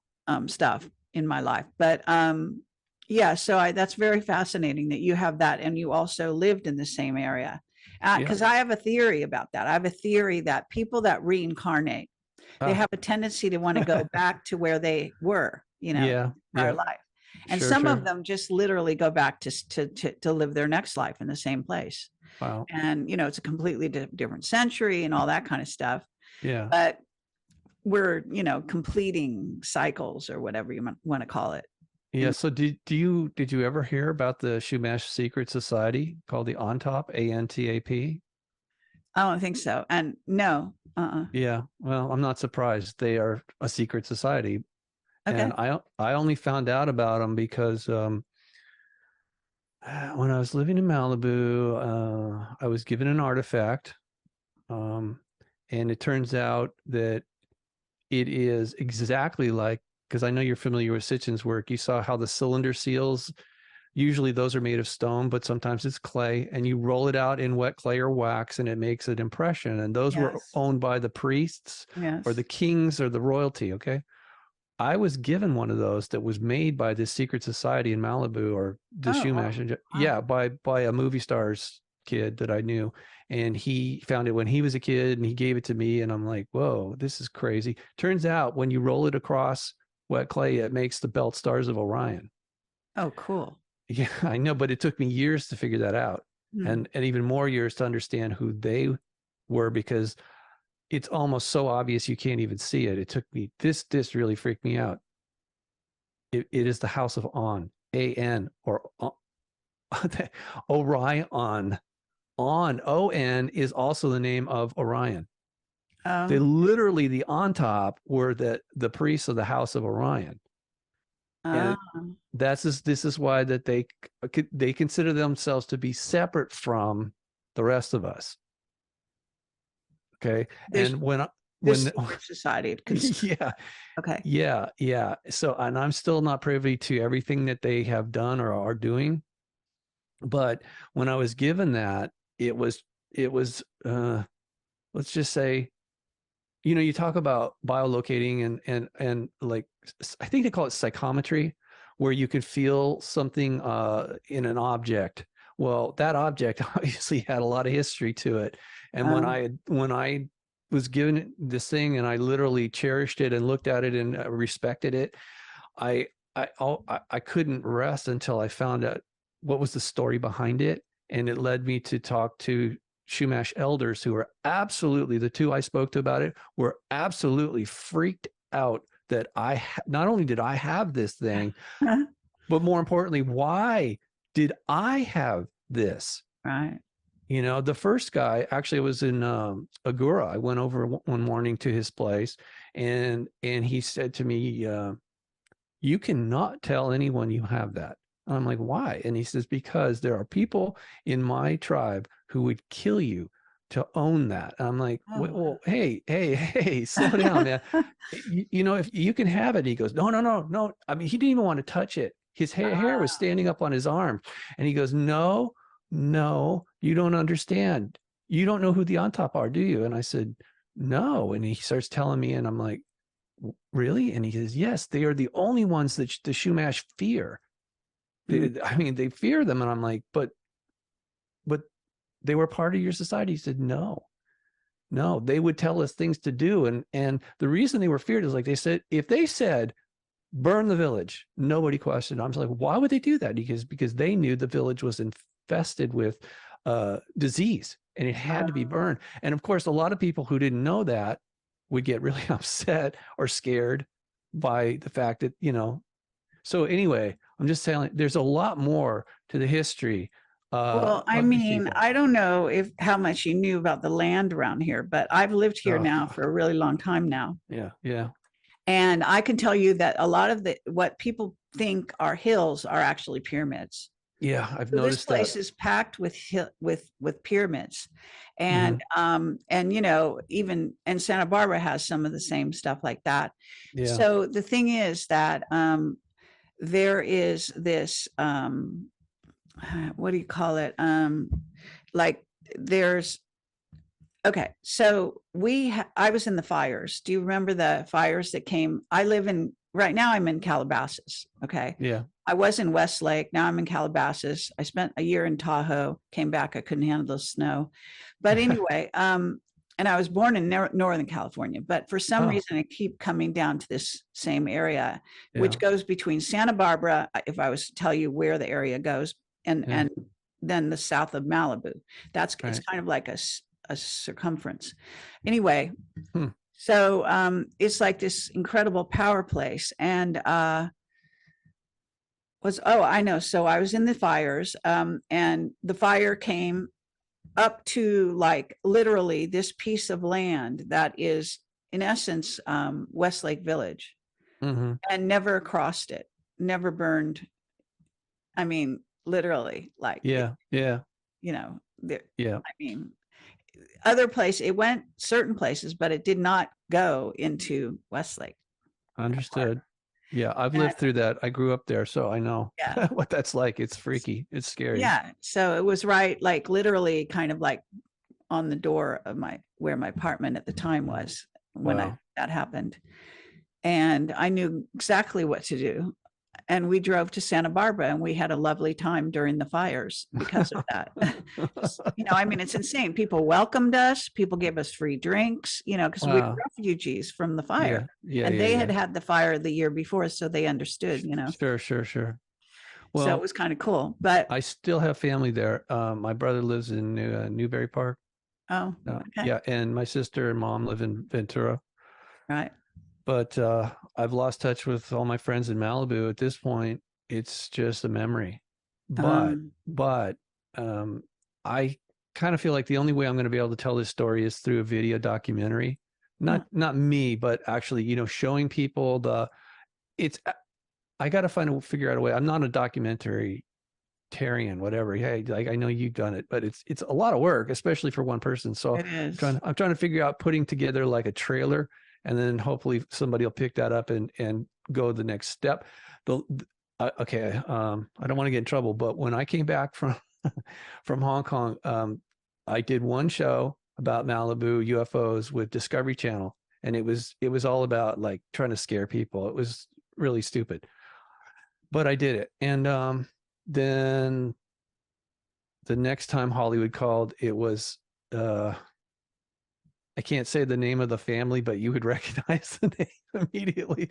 They contacted me and said, "Oh, we want you to come on our show." And I go, "You guys, nobody takes you seriously. I don't want to be sorry, but I mean, thank you, but I take my work very seriously. And if I come on your show, people are going to think I'm completely not." You're basically. Oh, and she said like, "Oh no, we'll be very respectful." And I go, "Thank you, but do you understand? You have a reputation of being like just not credible at all." So I passed on that. I just, if anything, it actually felt like a bit of a trick or a trap or Yeah, I know a it. test, Yeah. you know, to see if that I was going to fall for it just for the fame and not a lot of money, but it just like, oh, you want to be on TV with the so-called celebrities? Right. No, I don't. I want to tell, I want people to take this seriously. It's part of our history. I Yeah. just, you know, I'm just struggling to try and get the information out in a way that people are going to appreciate part of their heritage, our heritage that's been overlooked or buried or somehow like it's being kept from us. That really pisses me off. I hate it when people. Yes. Well, it's one thing to lie to people, but if you literally take a piece of their heritage from them, that is criminal on a whole nother level, if you ask me. Yeah, I agree. I think that, it's part of the reason I think some of us do the missions we do, Yeah. is we do have these connections to the earth and to these places and to a history, right? So it's our history as well. So it's not just trying to expose the secrets so I'm trying to expose the secrets of the past and the future. Yeah, okay. The future, yeah. As it happens. So it's a fascinating endeavor, Yeah. and so how can I get you to talk a little bit? I know I'm keeping you for a while, but can That's I all get right. you to talk a little bit about some of the things you were talking about? So one of the things I really liked about that show, and I know it's kind of gross the way it's described, but Yeah.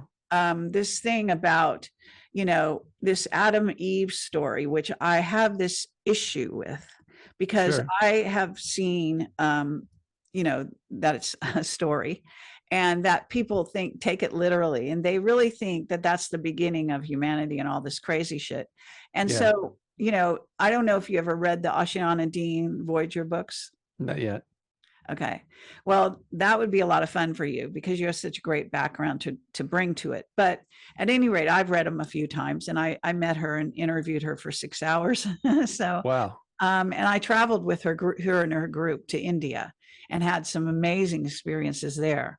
So getting back to the subject, I happen to know about the genetic engineering side of what they were trying to convey with that story that they put in the Bible. That was basically a story kind of for children, and that has been so hidden by the what you call the rabbis and all this kind of stuff. So I'm happy for you to tell your interpretation of the things that you uncovered about that.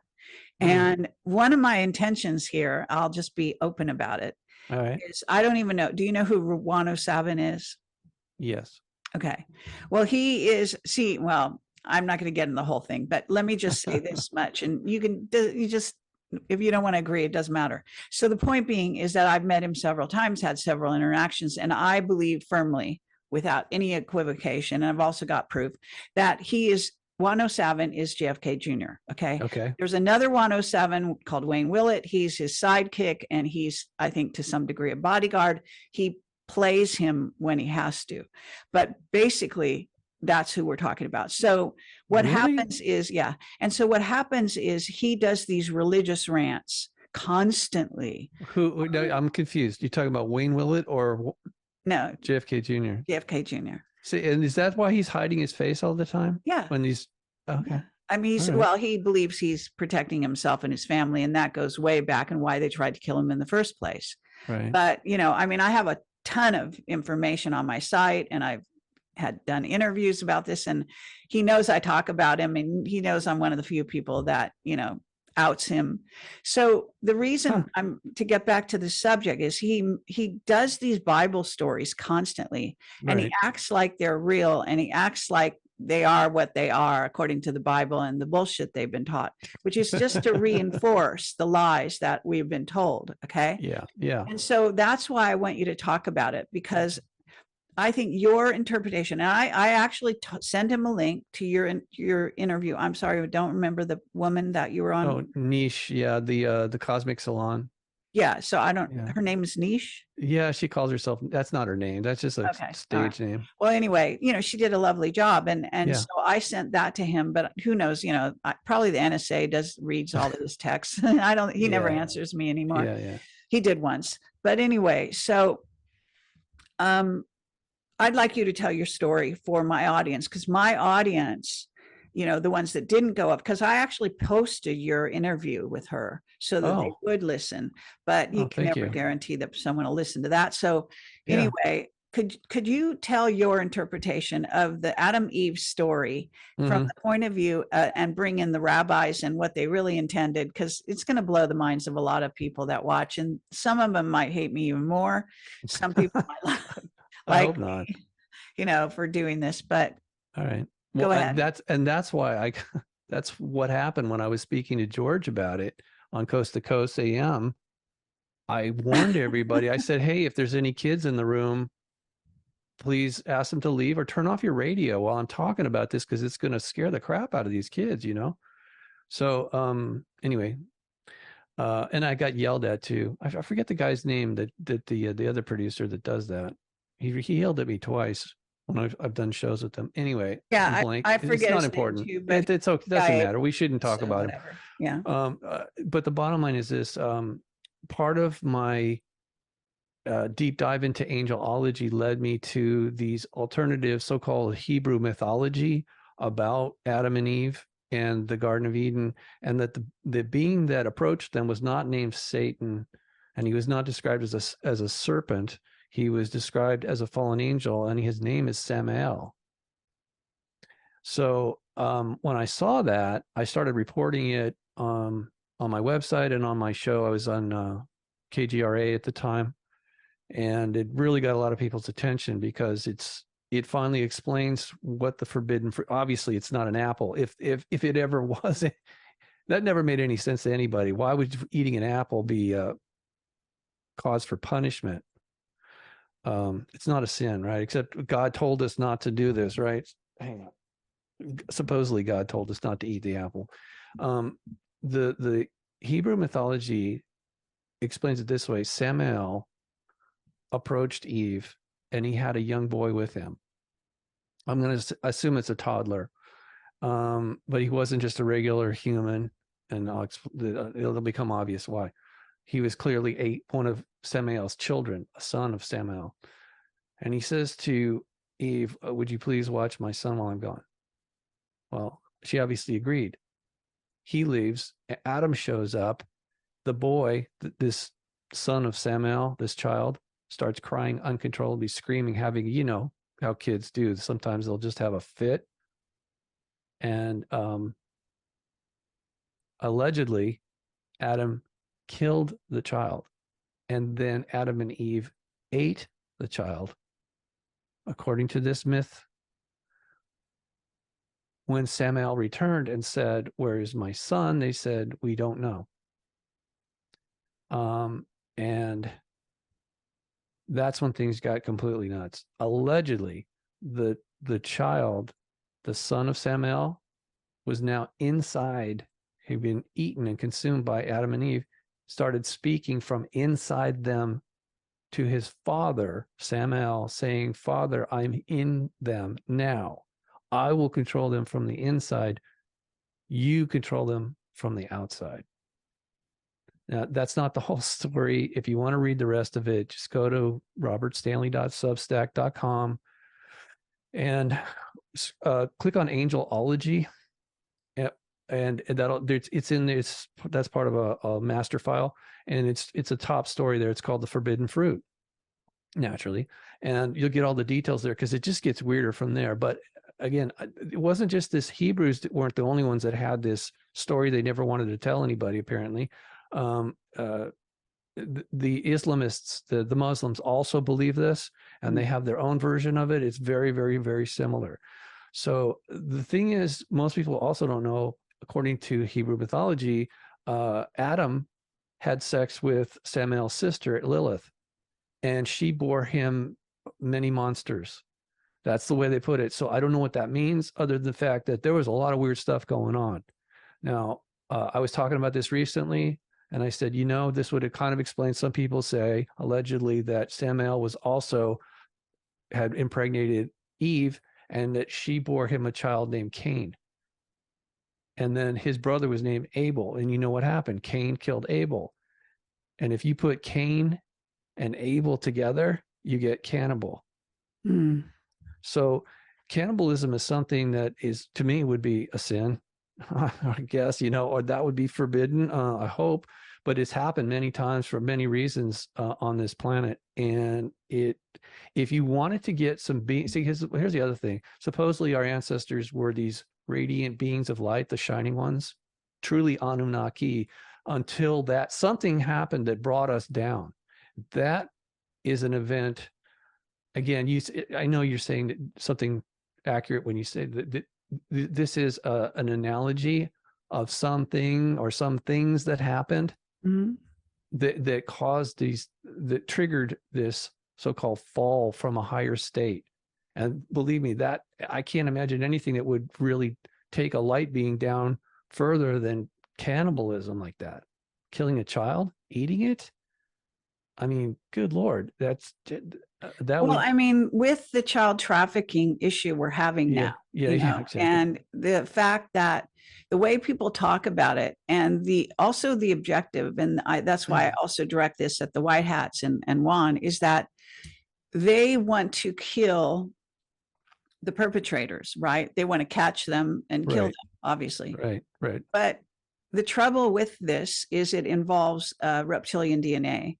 And the reptilian DNA is now, you know, everyone, they have children and those children have children. And this has been going on now for eons.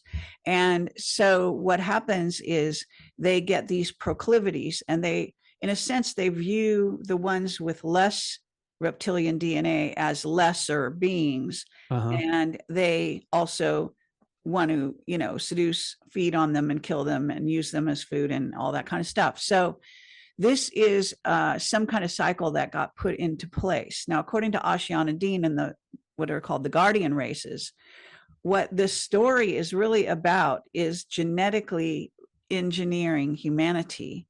Mhm. And so the way Juan tells it, he says that that Eve had sex with Satan, I guess is the way, or the devil, or whatever they call that. Right, And they, you know, and so, and that Cain was their son.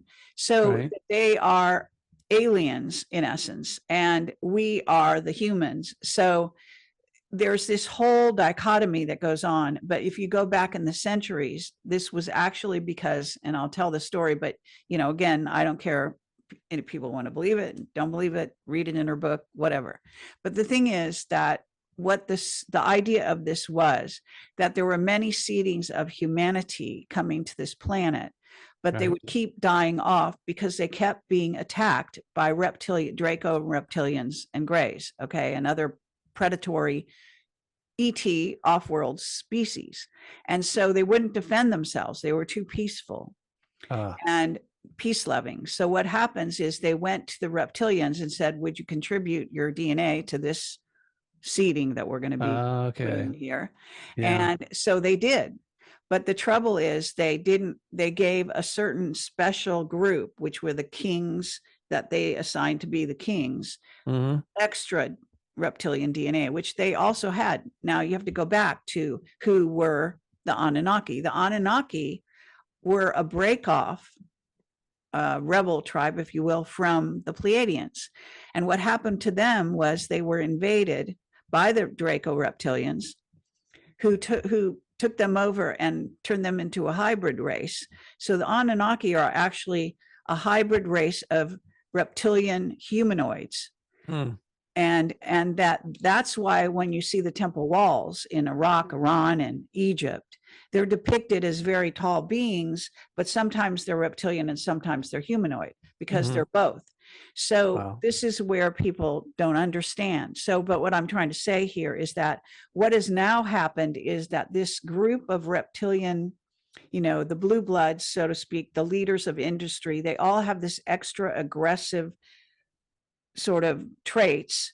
And that's why they rise to the top in these professions. And then they Right. try to control the humans below them, some of whom, if you get into Enki and Enlil, that story, the ones that were in the Middle East who were, I guess, governed by Enlil were told to be obedient and to basically follow orders. And those are the ones that become sort of administrators of the Yeah. humans. And the ones that grew up in Africa that were under Enki, who was much more benevolent and, you know, also consorted and contributed his own DNA to the groups at the time.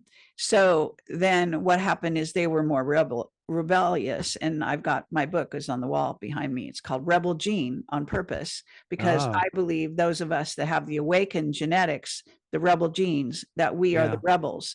And it's not like you're stuck in one group. You can actually go from being an administrator group into having, rediscovering, reawakening your rebel genes, but Sure. it's a process. So that's a very short explanation of everything, but that's why I wanted you to bring this up, because it's Right. very important, I think, that some of these myths that come down from, and even the rabbis are hiding it all, from the people. And so they're nothing but lies, lies, lies. And they live in this fantasy world. And by the way, the Anunnaki did not create humans, but they did genetically engineer them. And they limited our lifespan because we were growing too fast, and we were going to outstrip them in terms of intelligence and development. So they couldn't control us anymore. So they limited our lives, not by putting a frequency fence, as the saying goes, into our DNA. And it's probably the partition between our junk DNA and our conventional DNA, or something like that. But we are now breaking through all that, the humans here on Earth now. So it's vitally important that these truths come out and that the lies are exposed. And I'm sorry to say, but the Bible is full of lies, because a lot of these, whatever you call these people that wrote the Bible and were inculcated with all of the teachings of that time, brought their prejudices with them and put them into the characters in the Bible, and so on and so forth. So this is what we're dealing with. Okay, so a lot of people talk about Khazarian Mafia. Yes. You're familiar with that. And turns out, from my research, if you trace it back, they are the sons of Cain. Sons and daughters. They are the bloodline of Cain. And Cain was, when you say, I know you said this, but the word Satan it's actually a title. It actually means adversary. That's all it means. And so clearly Samael was an adversary. He was doing something that was revolutionary or adversarial, sort of like when we go back to what you said about Enki. He was definitely violating some of the protocols. And so this is why we have this ruling elite that feel that they have the authority to lie, cheat, steal, and kill with impunity at this point.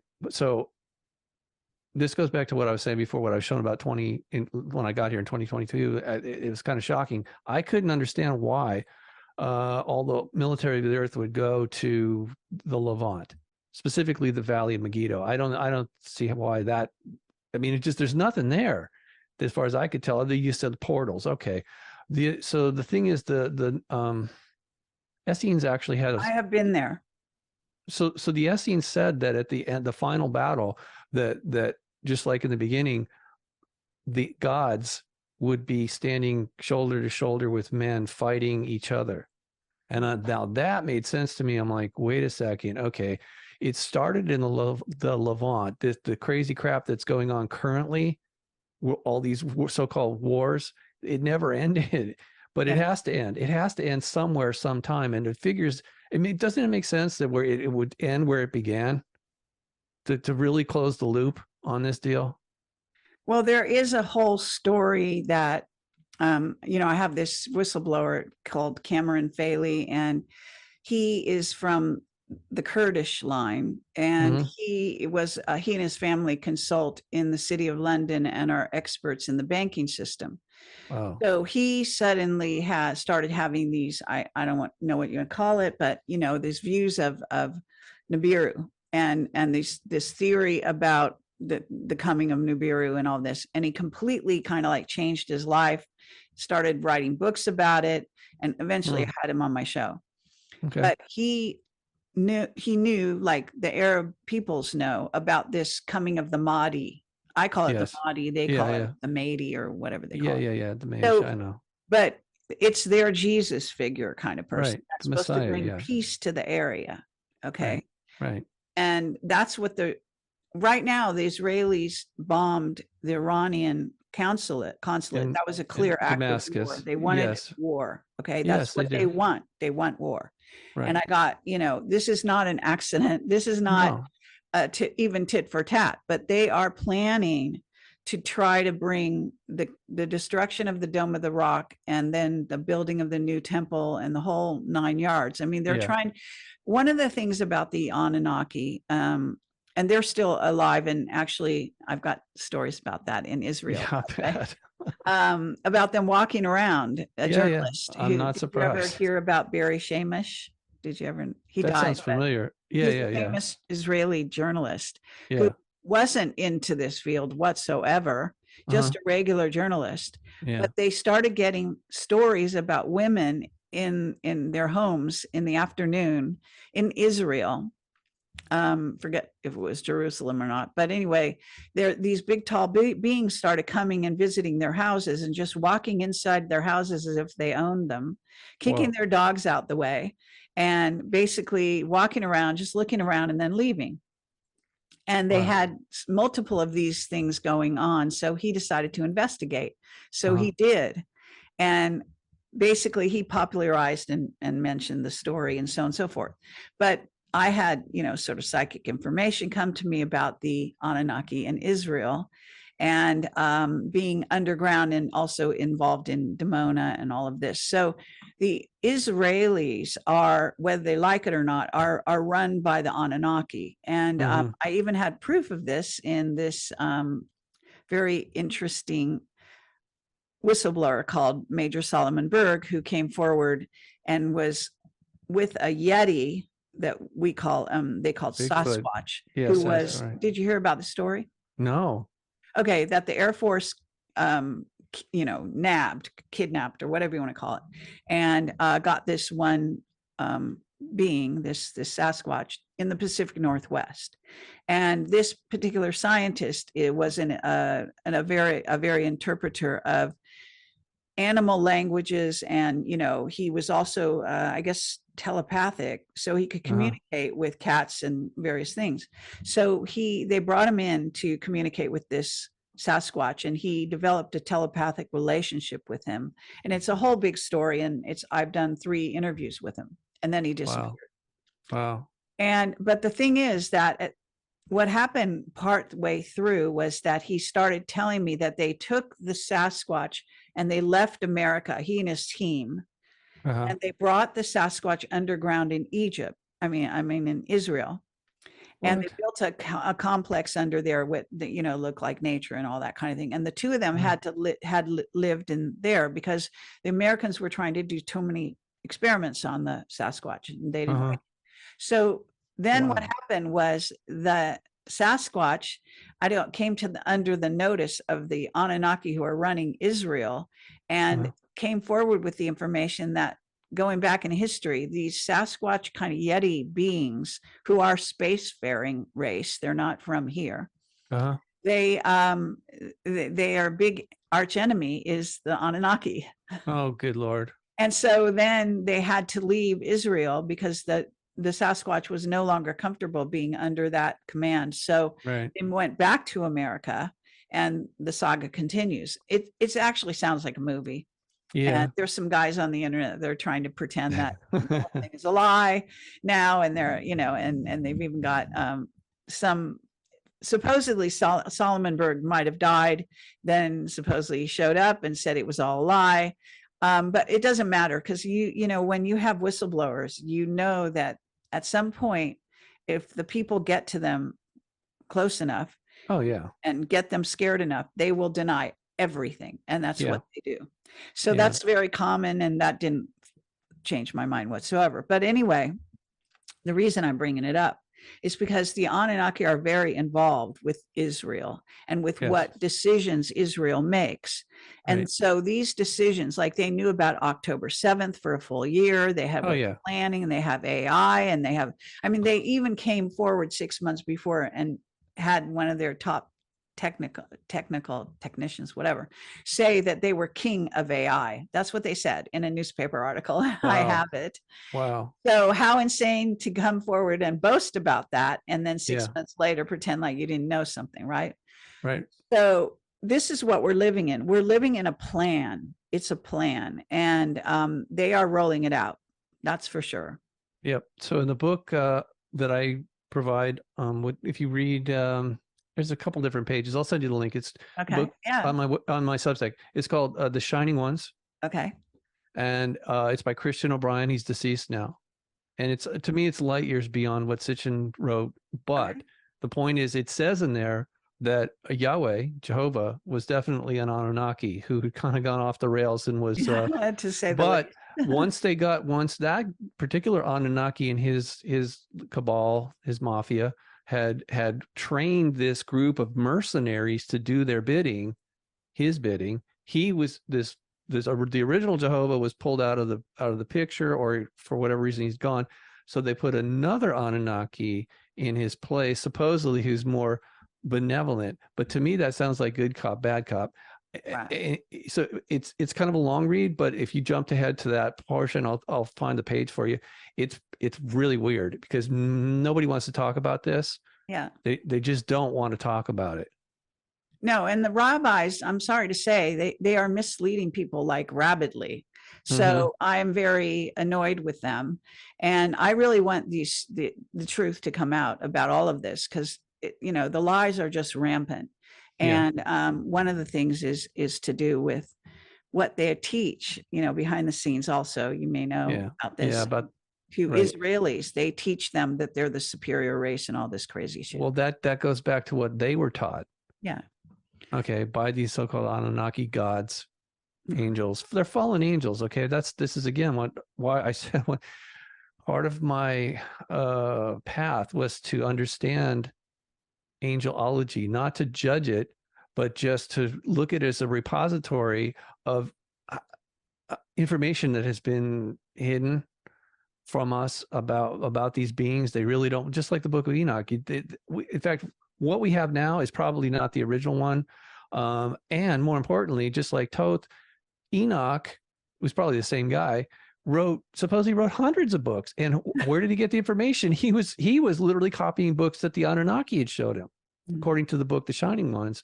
It's just, it's like somebody took a pot. If our history was a big pot and they just threw it on the ground and boom, it shattered into 1,000 pieces. And it's a huge chore to try to pull them all together and trying to make sense of it all. It's just, it's a crime. It's really a crime, in my opinion. Right. Now, I'm going to let you go. We're going to close this down, but I Okay. want to say one thing. Yeah. Does it ever occur to you, what the reason they were watching you from the very beginning and very early on, aside from even your contact or semi-contact experiences or whatnot, or Yeah. bloodline, is that one of the things they do, and they've been doing this for a long time, they actually track when they are interested in somebody. They then figure out what they're going to do in the future. Yeah. And then they work to prevent it, Yeah. Yeah. So that could also be what's going on. Yeah, no, that was told to us actually when we first started. When I met my wife, she started the magazine. I'm working with her. She introduced me to this guy, the German Aldebaran kind of guy. He said, "Yeah, we're reading your thoughts from space or whatever, and we know what's going to happen. And there's a plan to basically nuke Los Angeles, but we're going to prevent it." He says, "But we also know in the future that two of you in this room," and he wouldn't say who, but he said, "Two of you in this room are going to be very influential in the future in a good way." And like, I was having a very hard time with all of this stuff, but it turned out it was my wife and I. Yeah. And I nobody would have guessed it because, my life was I wasn't doing well. And I was very confused about what I was going to do with myself, or more importantly, why am I so obsessed with this information? And what am I supposed to do with it? And ultimately the door opened, I went through it, and, here we are. But I know it's not over yet. But I'm also trying to be very cautious about the way I provide information publicly, because this is no joke. Okay. They're very, okay. Criminals don't like to be exposed or opposed publicly. They just don't. And this is an organized crime syndicate here on this world and off this world. Yes. So for some little guy like me to come out, or even a person like yourself with a much bigger production value, they don't like it. And they do try to stop us. They do. Doesn't always work. No, but it is part of the game. They definitely do mess with you constantly. I mean, my website's been taken down so many times I can't count now. Wow. But aside from that, I've had I mean, we got, even in the early days of Camelot, when I was only had a partner for 2.5 of the 20 years I've been doing this, but Yeah. we got constant flat tires, constant Wow. things happening to our car, constant things, going on. So they were messing with us from the very Yeah. beginning. There's no doubt about it. Yeah. At one point, we were driving in Switzerland up in the Alps in this old Audi station wagon car that had been checked out thoroughly in England. And we were going up this incredibly windy, steep road. We got up to the top where there's this little, I don't know if it's Grindelwald or what it was called, but anyway, it's this little Swiss city in the top of the mountain. And we drove into a parking lot, and one of the wheels just fell off the car. And we brought it to the garage, and he said it was cut. It was just cut perfectly. What? So yeah, so had it fallen off while we were going up the windy road, I might not be here today, because we would go off a cliff, Yeah, more than likely. Wow. There were big cliffs, not little ones. So yeah, right. No kidding. No kidding. No, there's all kind of things like that, I know. And wow. But I think we also, on the other hand, have, you want to call them angels, or we have people looking out for us, both on this planet and off the planet. Yeah, I know, but you don't want to abuse that privilege. I don't take it for granted.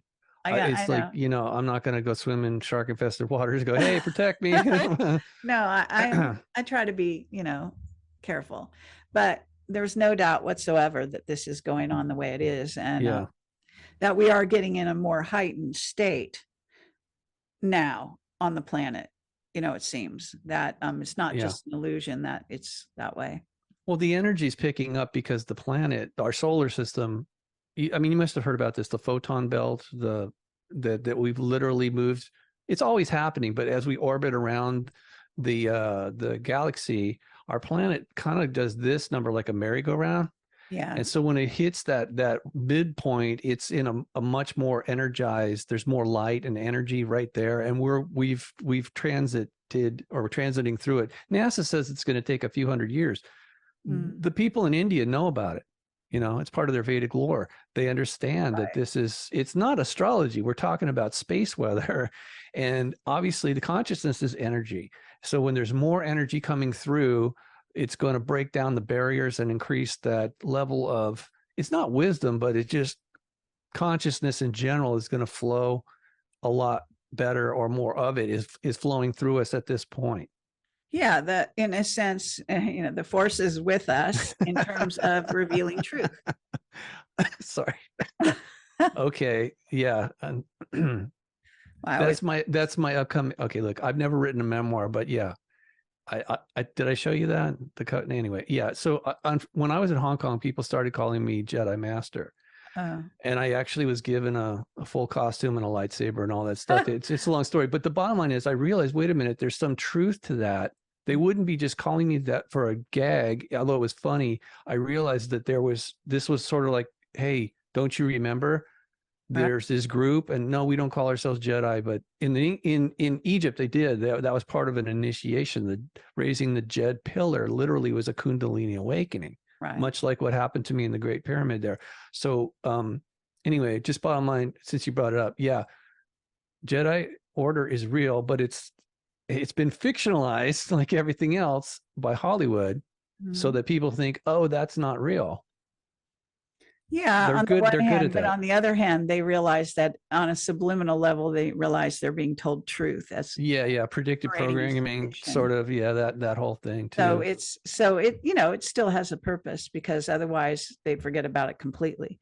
And so at least they're kids run around thinking they want to have lightsabers, and they want to be on the good side, and they want to fight. Yeah, but the Jedi Order, right? I'll just tell you straight out. It's originally called the Melchizedek Order, and that just means King of Righteousness. And no, they don't go around chopping people up with swords. It's about defending divinity throughout all of creation. especially against the dark side, which is, you know, destructive, evil, whatever you want to call it.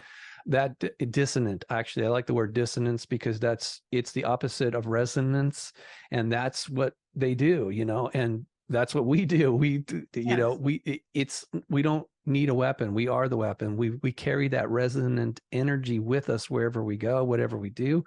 And if they don't like it, that's too bad. Exactly. So Yeah. anyway, it's been a Thank lot you. of fun talking to Yeah. you. And I hope you'll come back on my show sometime in the future when you feel like you want to say something. Well, And you know, I'm happy to, you know, get all your links so we can put them on the page with the show so that people okay. can visit you and read your books Thank you, Kerry. and so on. Appreciate that very much. I'm glad you're well. Oh, thank you. Stay that way. Yeah, thank you. All right. I'm glad you're well. Thanks. All right, everyone, thank you for watching, and we'll be back with another show in the future. Okay, take care. Bye-bye.